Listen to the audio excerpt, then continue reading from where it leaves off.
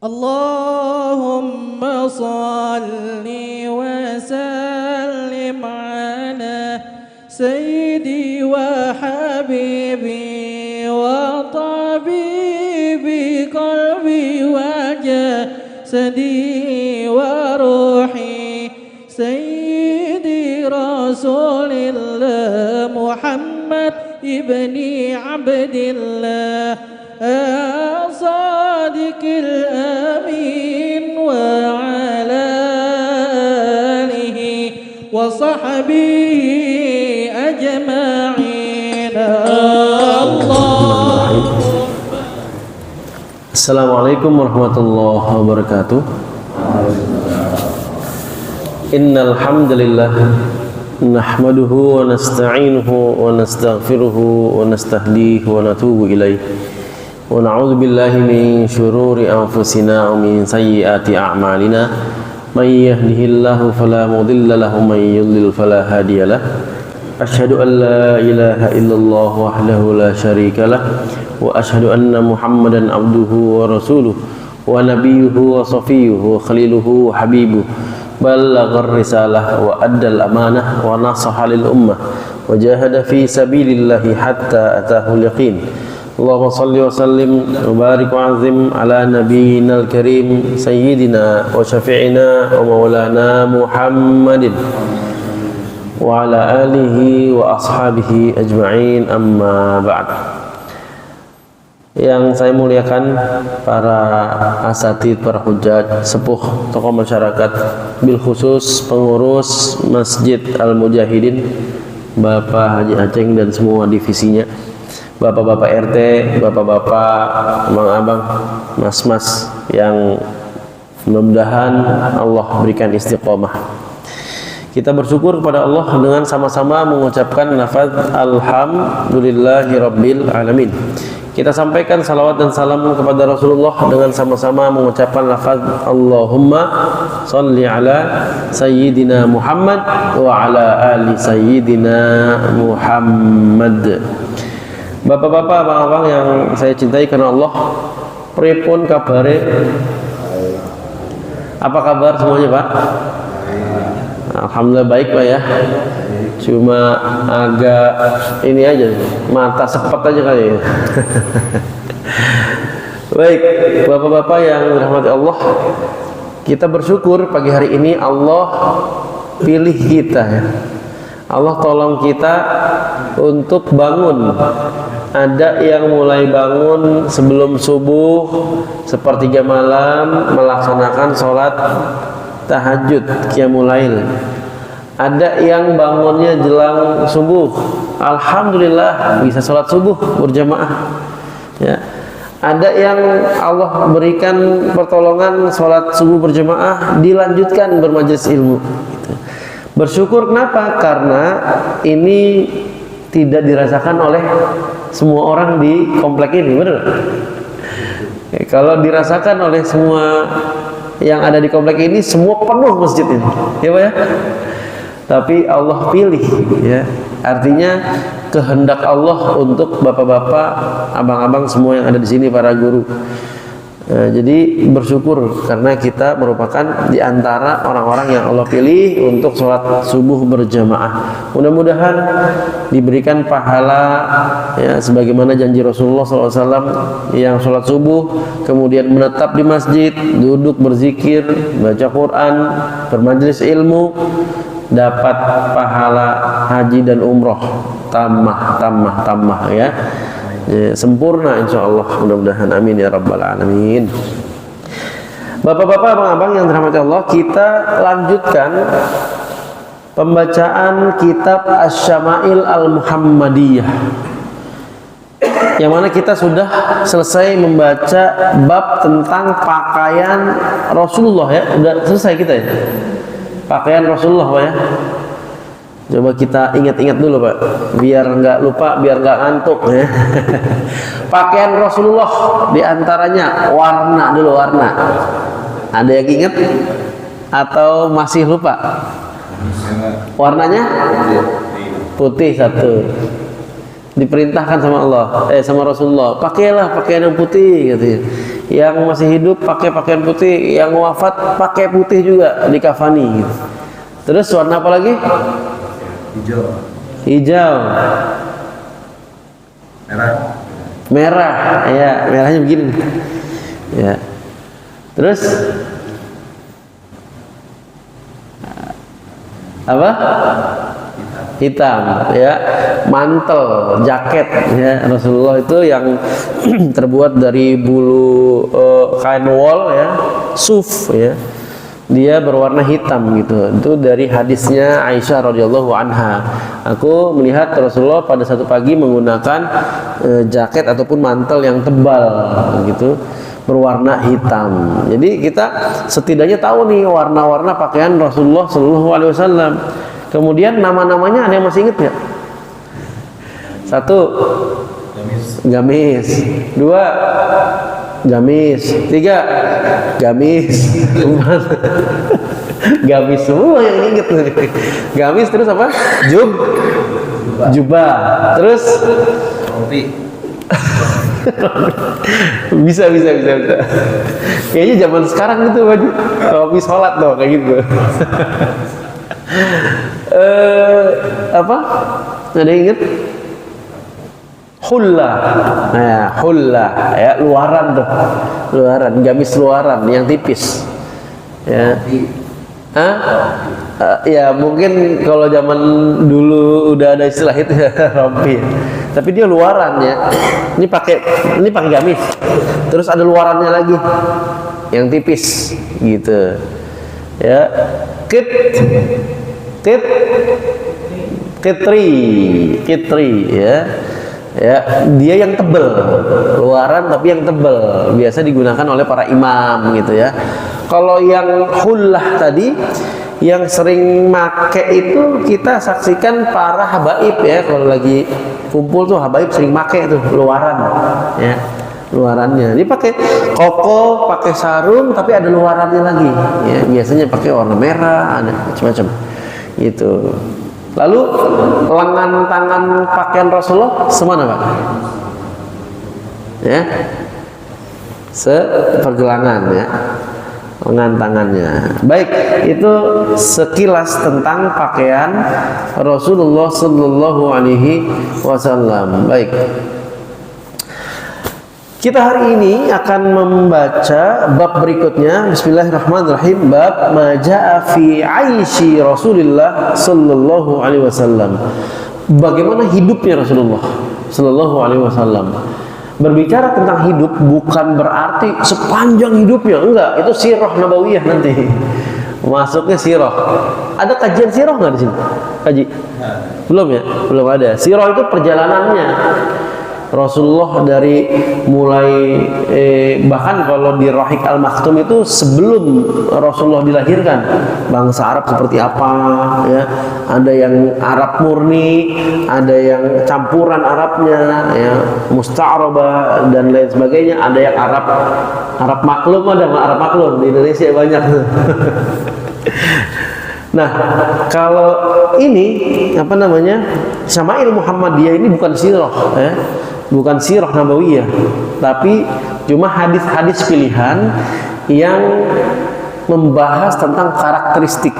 Kalau sirah itu perjalanan Nabi ya, dari lahirnya, kemudian masa kanak-kanaknya, kapan ikut pamannya berniaga ke negeri Syam, masa remajanya, kemudian peristiwa pembelahan dadanya Rasulullah dan seterusnya sampai diangkat kenabian, peperangan dan lain-lainnya sampai wafatnya gitu. Nah, sekarang kita membahas tentang hidupnya, lifestyle-nya Rasulullah. Bagaimana sih Rasulullah itu hidup gitu. Baik. Dari Muhammad bin Sirin ya. Muhammad bin Sirin dia tabi'in. Muhammad bin Sirin itu Ibnu Sirin, tabi'in yang masyhur ya. Banyak hadis-hadis diriwayatkan dari Muhammad bin Sirin ya. Bin Sirin. Qala kunna 'inda Abi Hurairah radhiyallahu anhu. Ini tabi'in. Tabi'in itu generasi setelah sahabat. Jadi ketika mereka meriwayatkan kami bersama Abu Hurairah, ya karena memang dia ketemunya sama sahabat, ketemunya sama Abu Hurairah sahabat, tidak ketemu Rasulullah gitu. Nah, ketika kami bersama Abu Hurairah wa alaihi thawban mumasyaqan, dan dia menggunakan 2 pakaian double gitu ya. Ya. Yang berwarna, pakaiannya berwarna agak kemerahan. Min katan, terbuat dari katun. Fatamakhata fi ahadihima. Faqala Abu Hurairah, kemudian Abu Hurairah itu mengatakan bakhin itu kalimatun tuqal indal farah war ridha bisyai' wa tuqarraru lil mubalaghah wa dhahir anna al murad biha huna at-ta'ajjub wal istighrab. Ya, bakhin itu kalimat ungkapan sebetulnya, Pak. Kalau kita tuh wah, ya, atau wih gitu. Bakhin. Nah, itu yang diucapkan oleh Abu Hurairah, ya. Bakhin yatamakhat Abu Hurairah fil katan. Kemudian dia menggunakan pakaian itu, ya. Laqad ra'aituni wa inni la akhiru fi ma baina mimbari Rasulillah sallallahu alaihi wasallam. Aku pernah satu hari tersungkur jatuh, ya, di antara mimbar Rasulullah wa hujrah Aisyah, yaitu antara mimbar Rasulullah dan kamarnya Aisyah atau rumahnya Nabi. Berarti apa? Raudhah, yang kita kenal dengan Raudhah. Di antara rumah Rasulullah, kamar Aisyah radhiyallahu anha, dan mimbarnya Nabi. Nah, kita mengenalnya dengan nama tempat itu sebagai Raudhah. Aku pernah tersungkur jatuh, kata Abu Hurairah di situ.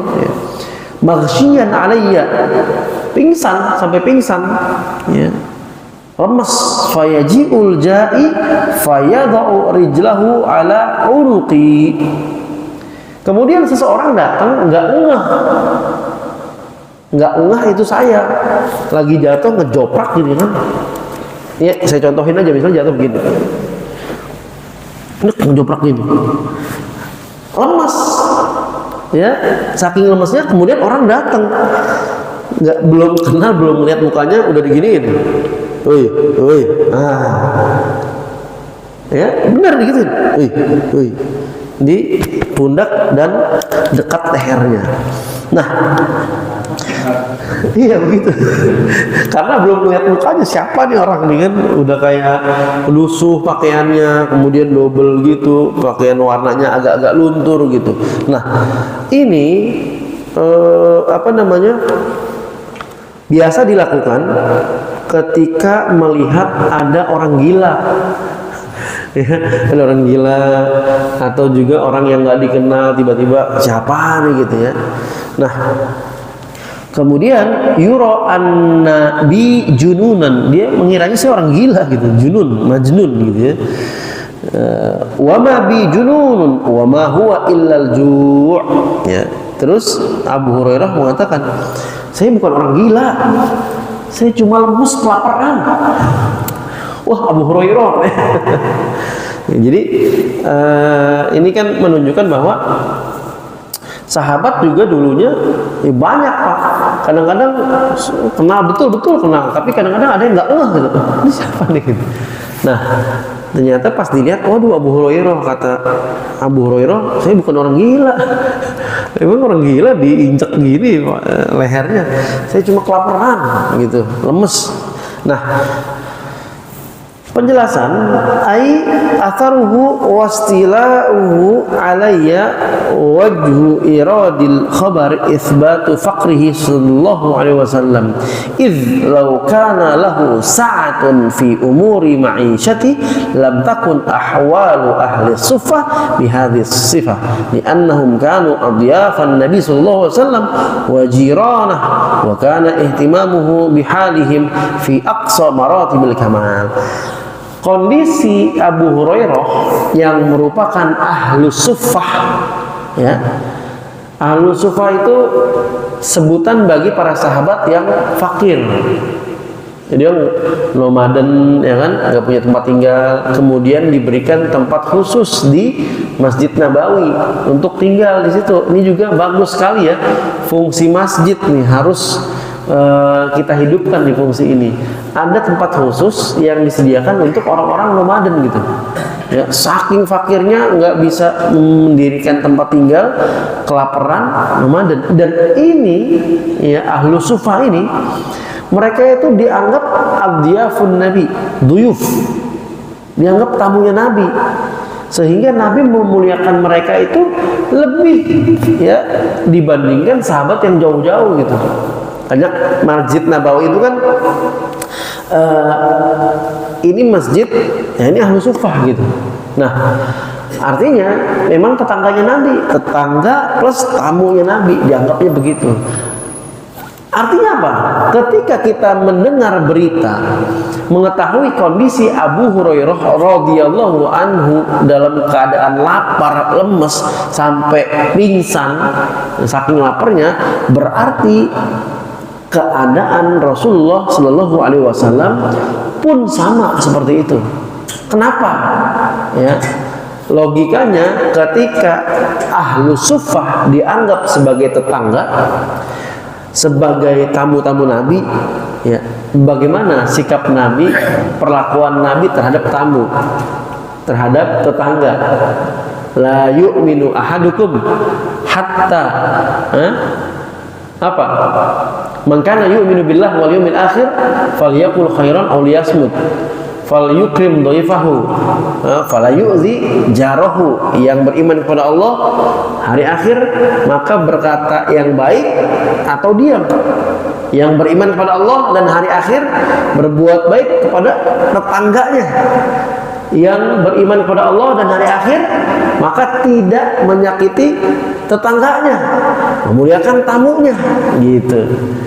Nah, jadi memuliakan tamu, tidak menyakiti tetangga merupakan amal Rasulullah SAW.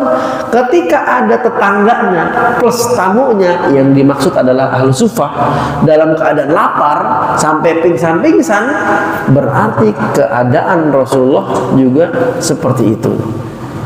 Karena kalau Rasulullah punya sesuatu, bang, ya, punya makanan banyak, nggak mungkin dicuekin ahlu suffah, dibagi pasti. Nah, begitulah Rasulullah bagi makanan.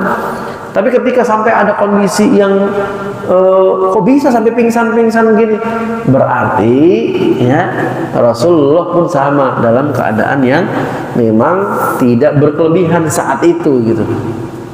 Katanya Rasulullah kaya, katanya berpuluh-puluh, beratus-ratus onta maharnya sama istrinya, untuk istrinya, dirham, dinar.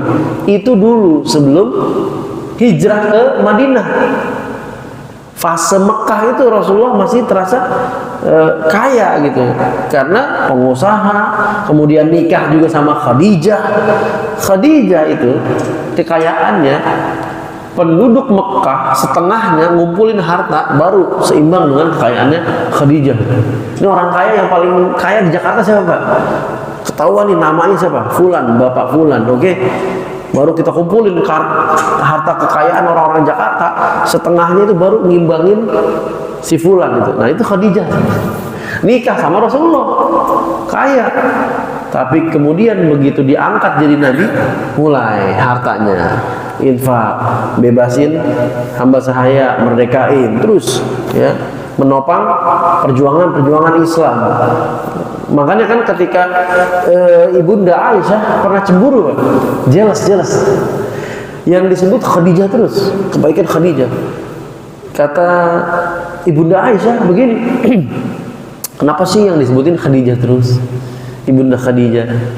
Padahal aku lebih baik darinya, aku lebih muda, aku lebih cantik, begitu. Ya, ini sifat manusiawinya ya. Kemudian Rasulullah SAW tidak kemudian begini, iya dah, ya, kamu yang paling cakep, ya udah, kamu yang paling muda, paling cantik pokoknya. Enggak. Tetap disampaikan oleh Rasulullah SAW bahwa ketika dulu orang-orang menolakku, dialah yang menerimaku. Ketika dulu orang-orang kufur, kafir, menjauh dari hidayah, dialah yang memeluk hidayah. Ketika dulu aku tidak memiliki sisa harta untuk berjuang fisabilillah, hartanya dialah yang kugunakan. Ketika dulu aku merasa khawatir, takut, ya, menggigil, kedinginan, ya, ketika mendapatkan wahyu, dialah yang menyelimutiku, yang menemaniku. Jadi ada kondisi khusus disebutkan bahwa hartanya itu digunakan untuk berjuang fisabilillah. Sampai kemudian ini, sampai hadis yang kita baca ini, kok bisa ada sahabat mulia yang sampai kelaparan, lemes, pingsan? Nggak mungkin kalau Rasulullah itu punya harta banyak, ngediemin tetangga plus tamu-tamunya, sahabat mulianya sampai pingsan, itu nggak mungkin, kecuali dalam kondisi yang sama. Seperti itu maksudnya. Jadi yang pertama kita pahami bahwa kehidupan Rasulullah SAW tidak glamor, ya, tidak everyday wisata kuliner, enggak. Ini Bang Daus kalau makan, cari dah sop gurame, di mana sop gurame yang enak nih, gitu kan. Ya, nanti makan malam apa? Sate Marangi, wah, gitu. Besok sarapan apa sarapan? Nasi uduk apa gitu kan? Wisata kuliner gitu. Enggak, Rasulullah enggak gitu. Kata Rasulullah kepada Aisyah radhiyallahu anha, kita udah sering dengar itu ketika bulan Ramadan nanti, wahai Aisyah, ada makanan di meja makan kita? Enggak ada ya Rasul. Ya udah saya puasa. Udah easy going aja untuk urusan perut gitu. Untuk urusan makan, untuk urusan hidup duniawi nyantai aja. Baik, saya lanjutkan. An Malik bin Dinar. Malik bin Dinar juga tabi'in, ya. Sama Ibnu Sirin juga tabi'in. Muhammad bin Sirin, Malik bin Dinar tabi'in, ya. Di antara ulama Basrah, ya, ahli zuhud.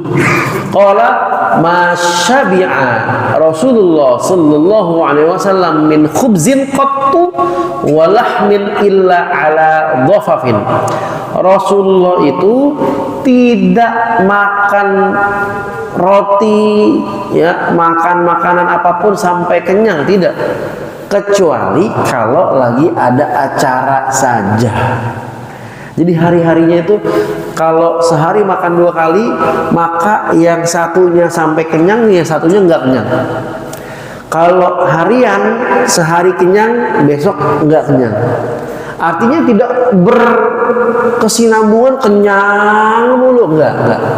Rasulullah enggak pernah kenyang saban hari, saban waktu kenyang, enggak. Kadang kenyang, kadang lapar. Kadang kenyang, kadang lapar. Kapan waktu kenyangnya? Di antara waktu kenyangnya adalah ketika diundang makan-makan. Ada yang walimah diundang, datang. Ada tukang jahit undang Rasulullah makan di rumahnya, dimasakin, datang. Ya, ada riwayatnya. Rasul diundang oleh tukang jahit. Ya, makanannya apa? Apa aja. Ada sayur labu dimakan semuanya, gitu. Ya. Terus disediain ada paha kambing di depannya, dimakan gitu. Jadi pas saat itu aja tuh. Nah, di sini dijelaskan qattu, bahasa Arab, ya. Masyabi'a Rasulullah sallallahu alaihi wasallam min khubzin qattu. Nah, jadi qattu itu dalam bahasa Arab artinya abada. Selamanya nggak pernah kenyang, berkesinambungan gitu. Misalnya saya mengatakan begini, lam usafir ila Bukhar qattu fil hayati. Aku tidak pernah safar, melakukan perjalanan jauh ke Bukhar, Uzbekistan, tempat lahirnya Imam Bukhari. Qattu fil hayati, abadan. Qattu itu abadan. Ma ra'aituka tahzan qattu ma dumtu a'rifuka, gitu kan. Nah, aku tidak pernah melihatmu sedih selamanya, selama kita saling kenal gitu. Qattu. Jadi di sini Rasul tidak pernah kenyang secara berturut-turut gitu ya, kecuali ketika ada momen tertentu, yaitu momen makan-makan gitu. Baik, jadi artinya apa? Ketika ada acara makan-makan, emang itu ada acara walimah, khitan, apalagi Pak, akikoh, apalagi selamatan rumah, ya, macam-macam lah itu, pembukaan ini dan itu, ada makan-makannya, ya udahlah, itu waktunya makan-makan kita, Pak. Gitu. Dhofaf itu kan makan bersama orang-orang, dhofaf. Fama'na al-khabar annahu sallallahu alaihi wasallam lam yashba' min khubzin wa lahmin idza akala wahda. Maksudnya tidak pernah Rasulullah kenyang secara berketerusan itu kalau lagi makan sendiri, ya. Walakin shiba'a minhuma idza kana ya'kul ma'an nas. Tapi makan kenyangnya Rasul itu ketika makan bersama sahabat-sahabatnya, bersama orang lain. Li daruratil inas wal mujawarah. Untuk apa? Menghibur orang yang ngasih makan, menghibur orang yang ngundang. Makanya Pak, kita kalau ngumpul di majelisnya ulama, majelisnya habaib ya, majelis para guru-guru atau majelis ta'lim pada umumnya gitu. Ketika disediain itu jangan nolak sebetulnya. Yang bagus begitu. Disediain apa? Makan. Ya, disediain teh, minum gitu. Sebetulnya begitu, kecuali puasa ya. Atau kecuali ada uzur syar'i, ada misalnya kalau minum ini nanti lambungnya kumat, kalau makan ini misalnya kolesterol naik misalnya gitu ya. Tapi kalau nggak ada uzur, minum aja gitu.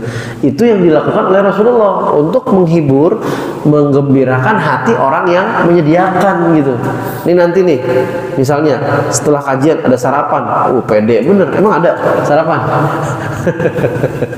Misalnya nanti ada, ternyata nggak ada ya, geran lu nih gitu. Kalau disediain makan nggak? Ya makan aja gitu. Aduh, ada ini nih, saudara lagi berkunjung ke rumah, saya izin duluan ya, nggak apa-apa, uzur syar'i. Tapi kalau nggak ada uzur apa-apa, ya nikmatin keberjamaahan kita gitu. Itu yang dilakukan oleh Rasulullah Shallallahu Alaihi Wasallam. Ada pertanyaan? Syuruk jam? Ya, ini berapa? Itu lewat berapa? Oh, berarti masih 15 menit. Ada yang mau nanya dulu sebelum saya lanjutkan bab berikutnya? Iya. Assalamualaikum warahmatullahi wabarakatuh. Waalaikumsalam warahmatullahi wabarakatuh. Mengkaji Rasulullah dalam makannya itu kan selalu dalam keadaan antara kenyang dan tidak kenyang ya, gitu ya. Itu kalau dikaji lebih dalam lagi itu, apakah memang ada unsur kesengajaan atau memang dalam kondisi yang memang tidak adakah, atau ada manfaatnya dan kira-kira seperti itu gambarannya. Karena saya belum mendapatkan penjelasan seperti itu. Baik. Waalaikumsalam warahmatullahi wabarakatuh. Ma mala ibnu Adam wi'an syarran min batnih. Kata Rasulullah, tidak ada wadah bagi manusia yang lebih buruk dibanding perut. Kata Rasulullah. Jadi kalau kita kebanyakan makan, kelebihan makan, apapun itu pasti ada dampaknya. Kelebihan asin-asin, garam-garam, efeknya itu darah bisa sampai tinggi gitu, gimana ya? Setinggi apa itu darah? Terus kebanyakan yang gula-gula, manis-manis, diabetes. Apalagi makan sampai full, kan dibagi 3 tuh ya untuk makanan. Makanan, minuman sepertiga, kemudian nafas sepertiga. Kalau sampai full makan minum, lama-lama jatah nafasnya berkurang, ngap-ngapan begitu. Nah, jadi pertama itu bahwa sumber penyakit ya pertama hawa nafsu, maunya kudu diturutin aja, makan ini dan itu nggak pakai pantangan, sikat semuanya gitu ya. Yang kedua memang kalau isi perut kita nggak dijaga ya sebagaimana Rasulullah, wadah terburuk ya, kita udah merasakan Pak sendiri Pak, yang udah punya misalnya asam urat, asam lambung gitu, dan lain-lain kan biasanya karena pola makannya gitu, dan seterusnya gitu. Nah kemudian apakah memang Rasulullah itu sengaja atau memang kondisinya? Yang pertama, kondisinya juga seperti itu. Tadi saya menjelaskan bahwa dulu fase Mekah ya memang Rasulullah berkecukupan ya. Hadis-hadis yang menjelaskan bahwa Rasulullah SAW itu kekurangan, bahkan mungkin hidup ya bisa dibilang tidak punya gitu, sampai ada riwayat Rasulullah menggadaikan baju perangnya kepada seorang Yahudi dan sampai wafatnya belum dilunasin.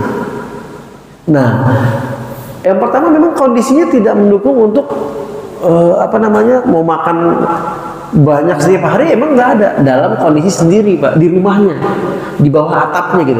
Tapi kalau yang tadi dofaf itu makan bersama, ada undangan, acara, walimah, memang disediakan orang lain, maka Rasul makan banyak di situ.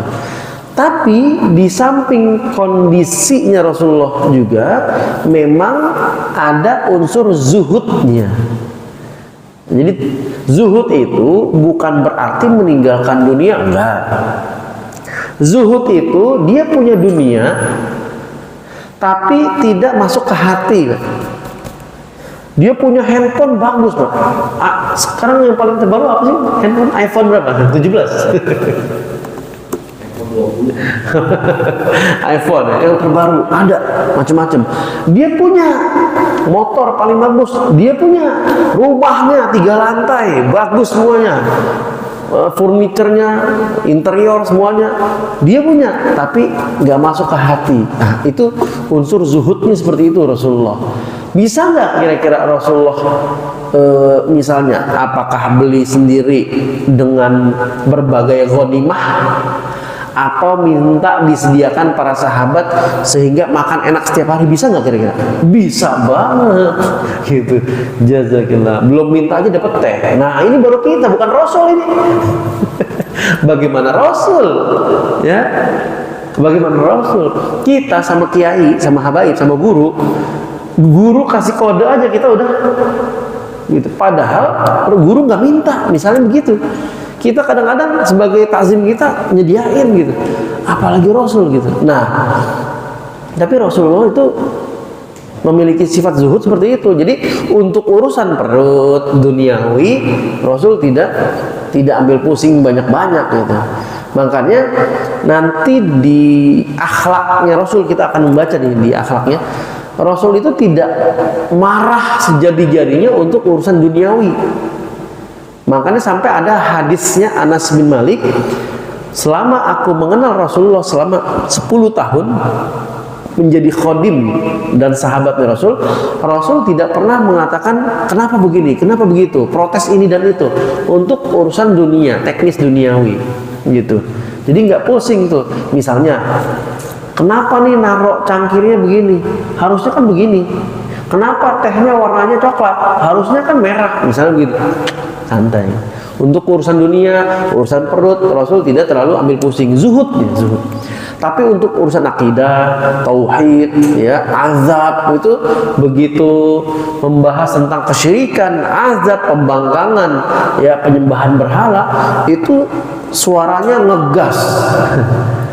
Kemudian matanya memerah, muncul uratnya di tengah kedua alisnya, ya, tinggi suaranya, gitu. Itu paling depan, paling marah kalau ada penghinaan, penistaan terhadap agama, terhadap Al-Quran. Makanya kemarin terjadi pembakaran Al-Quran di mana? Swedia. Kalau ada orang Islam, orang mukmin, hatinya nggak terbakar juga, bermasalah imannya. Ada Al-Quran ya, berita Al-Quran dibakar. Ya udahlah, biarin lah, di Swedia ini bukan di Indonesia. Imannya hati-hati tuh, alarm imannya error. Tapi kalau kita ternyata melihat bahwa Al-Quran dibakar, kita nih kalau ibaratnya di depan pelakunya kita panah. Kan gitu bahasa kita. Nah, seperti itu Pak. Jadi Rasul untuk urusan makan memang yang pertama kondisinya memang sulit juga, karena semua hartanya habis buat dakwah fisabilillah, berjihad. Tapi juga karena memang beliau zuhud ya, untuk menjadi pengajaran buat kita umatnya agar tidak terlalu mengejar urusan dunia dan sibuk urusan makan. Karena apa Pak? Kita di zaman sekarang ini bisa melihat bahwa betapa banyak orang sikut-sikutan untuk cari makan ya, sampai fitnah orang lain demi makan, kan gitu. Sampai bahkan penzoliman, bahkan sampai pembunuhan untuk urusan 200.000 ya, untuk urusan 300.000, sampai bunuh-bunuhan ya, biar makan, ujung-ujungnya makan juga tuh, nyari penghidupan. Nah ini kalau kita ngaji ya, insya Allah jauh dari sifat itu. Bahkan nanti ada bab makan, udah masuk bab makan belum kita? Belum ya? Rasul cara makannya dengan 3 jari ya, artinya mengajarkan zuhud gitu, nggak terlalu. Bahkan di sini dijelaskan orang yang makan menggunakan 5 jari itu termasuk dalam kategori orang rakus. Ada di penjelasannya. Waduh, kena gue. Nah, tapi nanti ada penjelasan lainnya gitu. Tapi Rasulullah menyatakan makan dengan 3 jari. Jadi zuhud juga, kondisinya juga gitu. Wallahu a'lam bishawab. Gitu Pak. Bapak namanya siapa Pak? Pak Jasan. Pak Jasan, Masya Allah. Saya Ardi Pak. Ada lagi tentang lifestyle-nya Rasulullah. Ini perihal makan, perihal keseharian Rasulullah. Ada? Masih 10 menit ya? Ya, sampai syuruk. Nanti sambil nunggu sholat awal duhanya itu. Saya lanjutin ya. Baik. Selanjutnya bab ma jaa fi khuffi Rasulullah sallallahu alaihi wasallam. Khuf itu kalau di Indonesianya sepatu terjemahannya katanya. Ya, kata orang-orang yang punya buku terjemahan. Misalnya di sini khuf itu ma'ruf. Orang tahu khuf. Ini saya sengaja beli khuf waktu safar. Nah, ini khuf nih. Jadi ini khuf. Sepatu bukan? Sepatu bukan? Kaos kaki bukan? Ya khuf ini. Sepatu bukan, kaos kaki bukan, khuf namanya. Iya, tapi ini kayaknya sintetis ya. Silakan diputerin Pak ya, sambil saya bacain sambil diputerin. Biar nggak bawa mimpi. Kalau penasaran bawa mimpi nanti. Namanya khuf ya. Nanti dilihat semuanya. Nah, kita membaca tentang bab khuf. Bismillahirrahmanirrahim. An Ibni Buraidah an abihi, dari bapaknya, annan Najasyi ini gelar kerajaan ya, raja Ethiopia Habasyah. Hijrah Nabi dan para sahabat yang pertama kemana? Ke Habasyah ya, yang menyambut Nabi dan para sahabatnya orang-orang kulit hitam ya, Habasyah itu. Rajanya Najasyi, nama rajanya ya adalah Ashamah. Raja Najasyi itu Ashamah. Mata sanata tis'in minal hijrah indal aktsar ala masarraha bihi al-Asqalani. Ibnu Hajar al-Asqalani menjelaskan bahwa dia wafat pada tanggal 9 hijrah ya, hijriah gitu. Qad arsala ilaihi Rasulullah sallallahu alaihi wasallam Amr ibn Umayyah ad-Damri wa kutuba ilaihi yad'uhu ilal Islam. Kemudian diketahui bahwa Rasul pernah mengirim surat kepada Najasyi untuk memeluk Islam. Fa'aslama, kemudian memeluk Islam. Sudah Islam nih Najasyi. Ya, fa akhbarahum sallallahu alaihi wasallam bimautihi, kemudian dikabarkan berita wafatnya Raja Najasyi, ya. Lalu Rasulullah sallallahu alaihi wasallam menyolatkan beliau dari jarak jauh.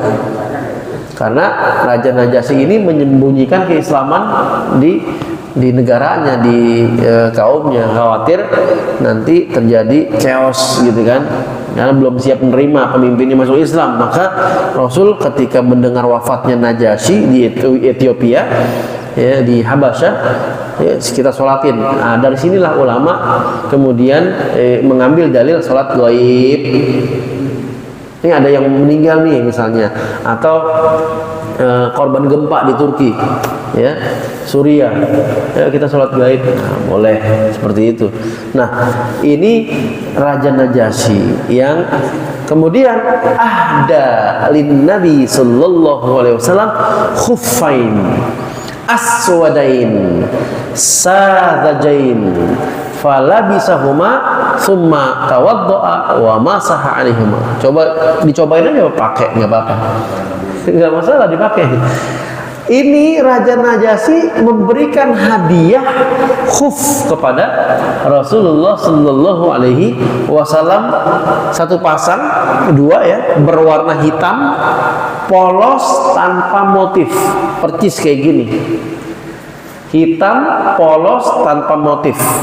Fala bisa huma, kemudian Rasulullah menggunakannya. Pak Haji, boleh dipakai Pak Haji? Coba dites, nggak apa-apa dites.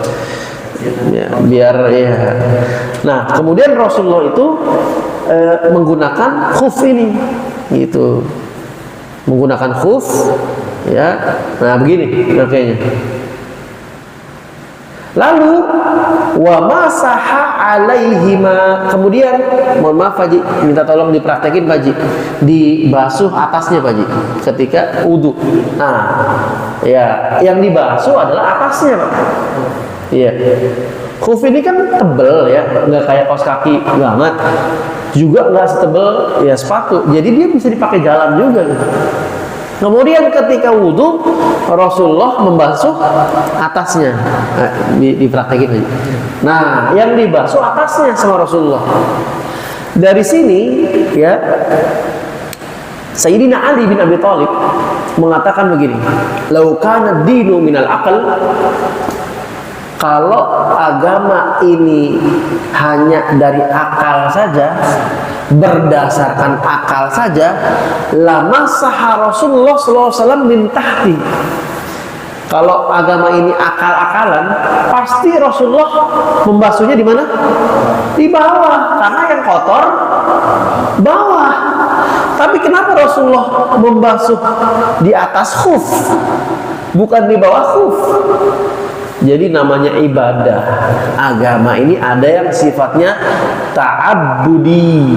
Ta'abbudi itu udah kita menghambakan diri, beribadah itu sesuai dengan perintah Allah dan Rasulullah. Sami'na wa ata'na. Basuh khuf di atas, ya di atas. Jangan karena kita, wah ini kan yang diinjak bawahnya, ya kita basuh dong bawahnya. Oh, Rasul basuh atas doang, kita basuh atasnya, bawahnya juga. Karena logika kita nggak masuk nih kalau atasnya doang. Nah, dibantah sama Imam Ali bin Abi Thalib. Ini kalau cuma akal-akalan, pasti bawahnya yang dibasuh duluan. Tapi ternyata nggak dari akal semata nih agama kita, melainkan dari dalil. Ya, dalil. Ketika ada dalil, maka sami'na wa ata'na. Ketika ada riset terbaru bahwasannya peninggalan Nabi Sulaiman ada di Borobudur. Waduh, pernah dengar nggak? Ya, Sleman, satu-satunya Nabi yang cocok dengan bahasa Jawa adalah Sleman. Jadi begitu katanya. Dilihat arcanya, belahan-belahan batunya, ada tulisan basmalahnya. Ratu Bilqis disebut Ratu Boko. Nah, itu Ratu Boko itu Bilqis katanya. Nah kan riset terkini gitu. Gimana ceritanya orang dari Yaman gitu. Ketika Nabi Sulaiman buka tender, siapa yang berhasil membawa kursi kemuliaan singgasana ke istananya Bilqis sebelum kedipan, sebelum malam selesai, maka akan diberikan hadiah, ya, diberikan upah, tender. Siapa yang berhasil? Asif bin Balkhiyah atau Al-Balkhiyah. Asif, saya wahai Nabi, ya, mampu mendatangkan kursi singgasananya dari Yaman ke Sabah, ya, negeri Sabah. Nah, jadi ketika ada hadis sahih, kemudian ada riset terbaru bahwa peninggalan Nabi Sulaiman ada di Sleman, di Borobudur. Ya, kita bandingkan dengan hadis yang sudah jelas ini gitu. Sama seperti khuf. Ketika sudah ada hadis sahih bahwa Rasulullah membasuh khuf dari atasnya, maka jangan akal-akalan lagi. Enggak logis nih Islam nih, ya. Masa basuh khuf dari atas, orang yang kotor bawahnya kok. Ya, kita basuh dari bawah dong. Nah, logika. Ketika ada lalat hinggap di minuman, ya, kemudian kata Rasulullah, celupin, angkat, minum, kata Rasulullah. Wih, apa kata ahli logika? Orang-orang yang dikit-dikit rasional, logika. Apaan tuh agama jijik, ya? Agama Islam ini very disgusting katanya, menjijikan. Masa lalat dicelupin? Itu kan lalat hewan yang menjijikan gitu. Ternyata hadisnya ada gitu. Kita diperintahkan untuk sami'na wa ata'na. Ternyata diteliti, oh, sayap satunya mengandung racun, sayap yang satunya lagi mengandung penawar racun. Makanya kata Rasulullah, kalau dia lagi hinggap kemudian kepleset dia jemplung, lalat tadinya mau di pinggiran doang, kepleset karena licin nih, beling. Kepleset nyemplung, dia begini-begini dong, keplek gitu lah, ibaratnya begitu ya. Kita analogikan, sayapnya udah kelep satunya, kata Rasulullah, cemplungin semuanya gitu. Yang satu racun, yang satu penawar, cemplungin, angkat Pak, angkat baru minum, jangan dicemplungin terus diminum, dianduk ya. Jadi gurih nanti. Baik-baik gitu. Jadi seperti itu khuf. Siapa yang ngasih hadiah khuf? Raja Najasyi, ya.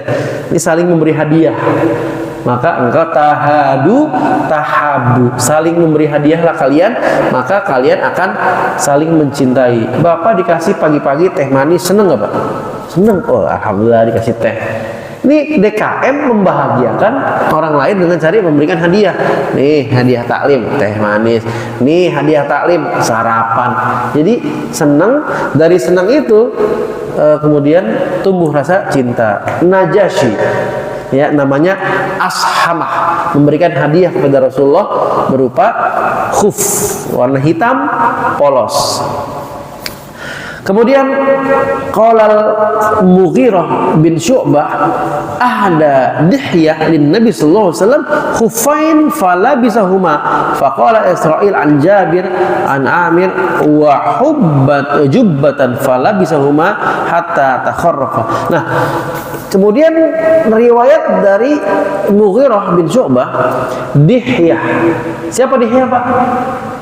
Sahabat Nabi yang menyerupai Jibril ketika menjelma menjadi manusia. Ingatkan hadis Jibril Pak, bainama nahnu julusun inda Rasulillah sallallahu alaihi wasallam iz tala'a alaina rajulun syadidu bayadis thiyab. Jadi ketika kami duduk-duduk bersama Rasulullah, duduk ya bareng-bareng, tiba-tiba laki-laki ya putih pakaiannya, hitam rambutnya, klimis, nggak ada lecek-leceknya, datang ke hadapan Rasulullah di tengah-tengah majelis, duduk di depan Rasulullah. Ya Rasulullah, akhbirni anil Islam, beritahu aku tentang Islam, iman, ihsan, tanda-tanda kiamat, ya kan? Itu hadis Jibril. Kenapa? Pemuda itu ternyata malaikat Jibril yang mengajarkan agama kepada para sahabat, menjelma menjadi manusia. Nah, ketika menjelma menjadi manusia itu mirip perawakannya dengan Dihyah, sahabat Rasulullah, Dihyah gitu. Nah, diberikan khuf, kemudian Rasulullah langsung pakai, dikasih hadiah langsung pakai. Nah, ini juga contoh dari Rasulullah ketika kita diberikan hadiah, kemudian yang memberikan hadiah melihat kita menggunakannya, itu seneng kan? Saya diberikan jas misalnya, saya pakai itu kalau taklim, yang ngasih seneng kan? Seneng, wah alhamdulillah nih, bermanfaat nih. Saya dikasih tas misalnya, ini tas nih Di, buat taklim kali, lumayan bisa satu kitab muat, saya pakai terus tuh. Seneng nggak yang ngasih? Seneng. Rasulullah udah nyontohin Pak, dikasih khuf, dipakai langsung di hadapan Dihyah. Ya, tapi di sini kemudian ada pembahasan. Itu kan khuf dari kulit. Begitu dikasih, Rasul langsung pakai, nggak nanya dulu Rasulullah, ini kulit apa? Ya kan? Bagaimana prosesnya, dikelet apa gimana gitu kan? Kok Rasulullah nggak memperhatikan ini kulit halal apa haram? Di sini jadi kaidah bahwa dalil ala anna Rasulullah SAW labisal khuffain wa masa alaihima maaf dalalatun ala anna al-asla fil asya al-majhula at-taharah, menunjukkan bahwa kalau kita mendapati sesuatu yang belum kita ketahui dasarnya, bahannya, apa-apanya gitu, menunjukkan bahwa itu toharahnya, suci dia. Karena kita nggak tahu. Nanti begitu dikasih tahu itu dari babi, nah kita lepas. Tapi kalau kita udah terlanjur make, ya, sebagaimana Rasulullah menggunakan khuf, diberikan oleh dia, nggak pakai mikir, langsung Rasulullah pakai, menunjukkan bahwa itu halal dipakai sama Rasulullah, meskipun belum diketahui itu bahannya apa gitu. Nah, kalau belum diketahui maka halal. Abu Bakar As-Siddiq, ya, begitu makan kurma, terus disampaikan, ini nggak tahu punya siapa kurmanya, langsung dikodek-kodek sampai muntah. Kenapa? Khawatir ada subhat. Nah, tapi kalau nggak dikasih tahu, ya udah halal. Gitu.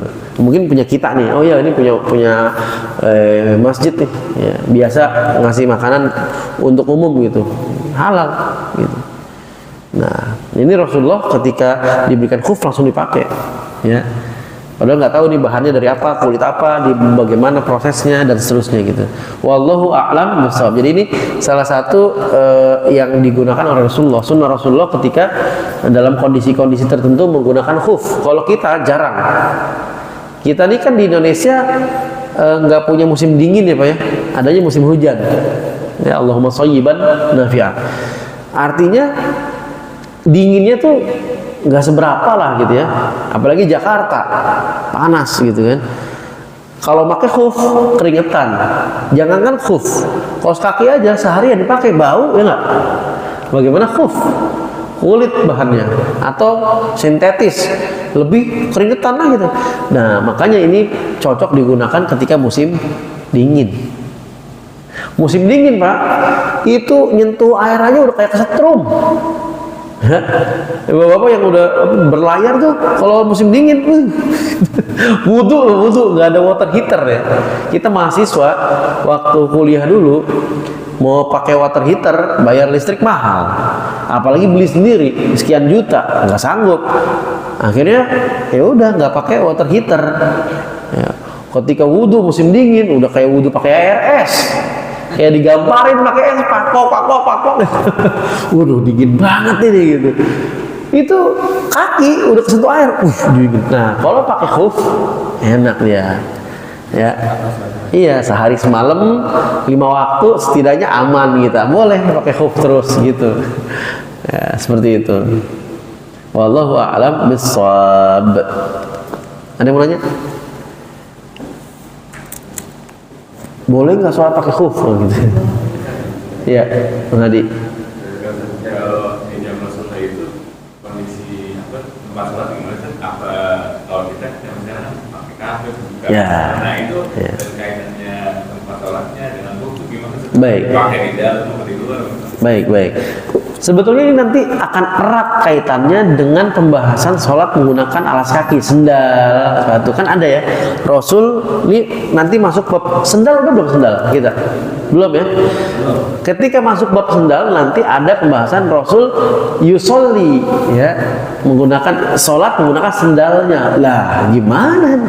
Konteksnya adalah ketika ubinnya ya, tanahnya, lantainya itu memang tanah ya, bukan karpet begini konteksnya. Makanya fiqhul hadis ya, pemahaman hadis itu tidak bisa serta merta plak plak plak letter laks kita terapin. Oh besok saya sholat pakai sendal ke al mujahidin, Bismillah ya, Allahumma ftahli abwaaba rahmatika, diinjek pakai sendal. Ngamuk Pak Haji ya ceng. Woi, apaan itu sendal masuk? Kan begitu. Jadi dulu itu tanah ya, konteksnya tanah. Bisa dipraktekin ketika kita sholat Idul Fitri, Pak. Idul Adha, luber, nggak muat. Al-muhajirin penuh. Sampai di depan yang diterpalin luber juga. Akhirnya sholat nggak kebagian terpal, nggak kebagian karpet. Sholat lah tuh.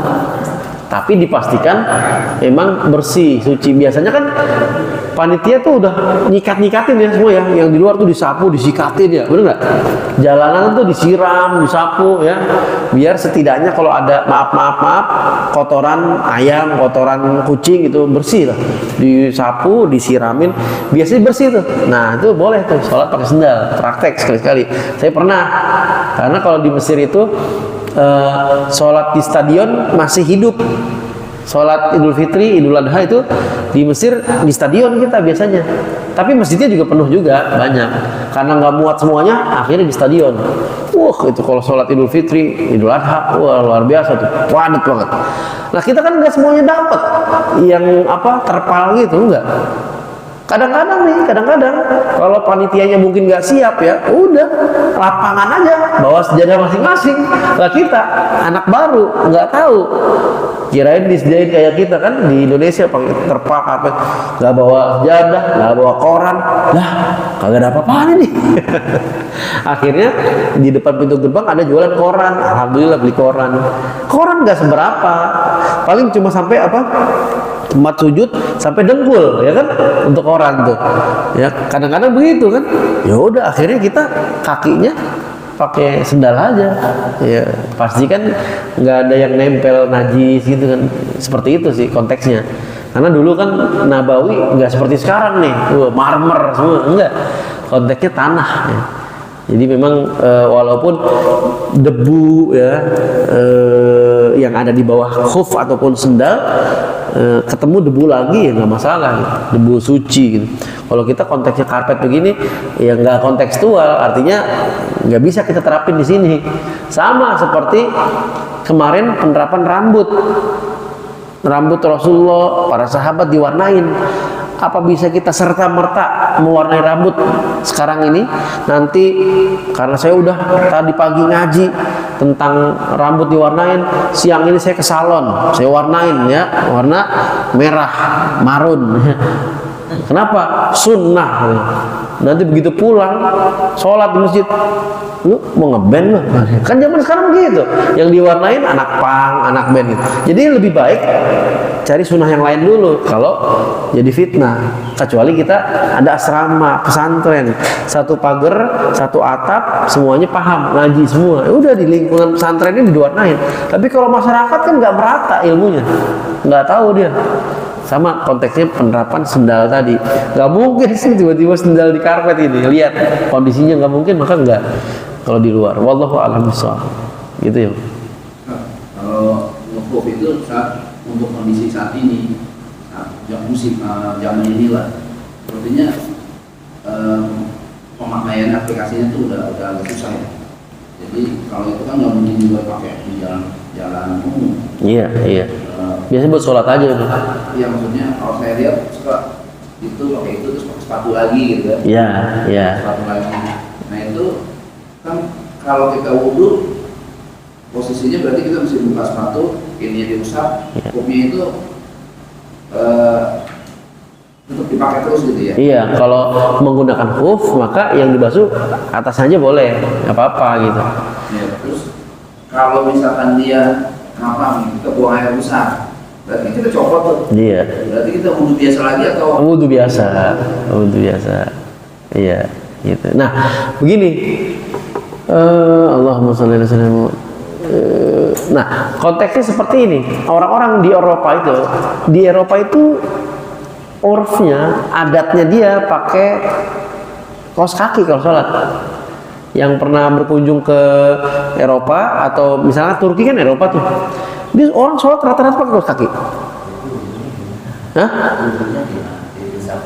Iya, ada yang mengkiaskan dengan khuf tadi di atasnya doang. Ada juga yang dibuka, ya buka wudhu biasa terus pakai lagi, kaosnya ada yang begitu. Ya. Wudhunya Sah. Kalau mengkiaskan dengan khuf berarti atasnya doang gitu kan.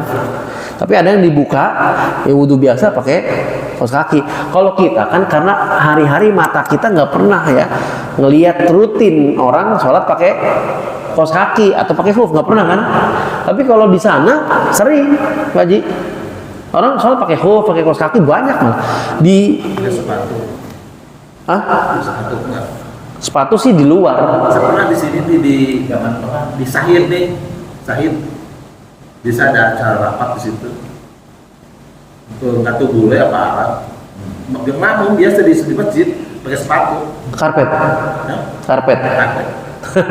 Iya, nggak paham kon. Kita dia dilaju. Nah, kalau di sana di luar Timur Tengah, di Eropa, di Turki segala macam biasa kan sholat tuh luber-luber tuh sampai jalan tuh pakai sepatu biasa. Jadi dia malas buka sepatu. Iya. Tadi pernah lihat orang pernah lihat gitu ya, wudhunya kan mungkin dia membiasakan tapi kita sendiri sepatunya pakai cats gitu. Saya mau buka sepatu itu dingin dia mau buka sepatu.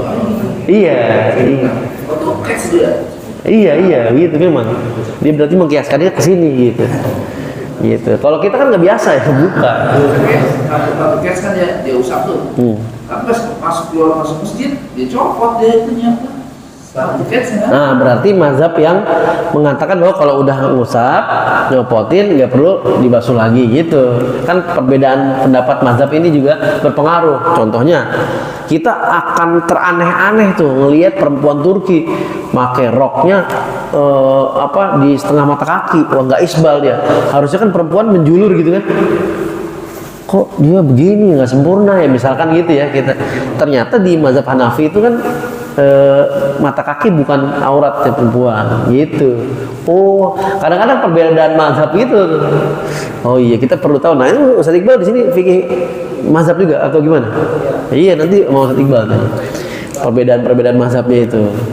Jadi kita nemuin contoh-contoh yang di luar di luar negara kita kadang-kadang kok begini. Orang saya pernah nemenin jamaah gitu ya. Waktu itu umrohnya plus Turki gitu, itu boleh ya sholat pakai kaos kaki. Pas ngeliat sholat di Blue Mosque di Hagia Sophia waktu itu masih belum Blue Mosque ya. Pas saya perhatiin diengeh-engehin, iya nih orang sholat semua pakai kaos kaki semua. Gitu. Di Eropa ternyata buka kaos kaki itu depan umum nggak boleh, aib gitu.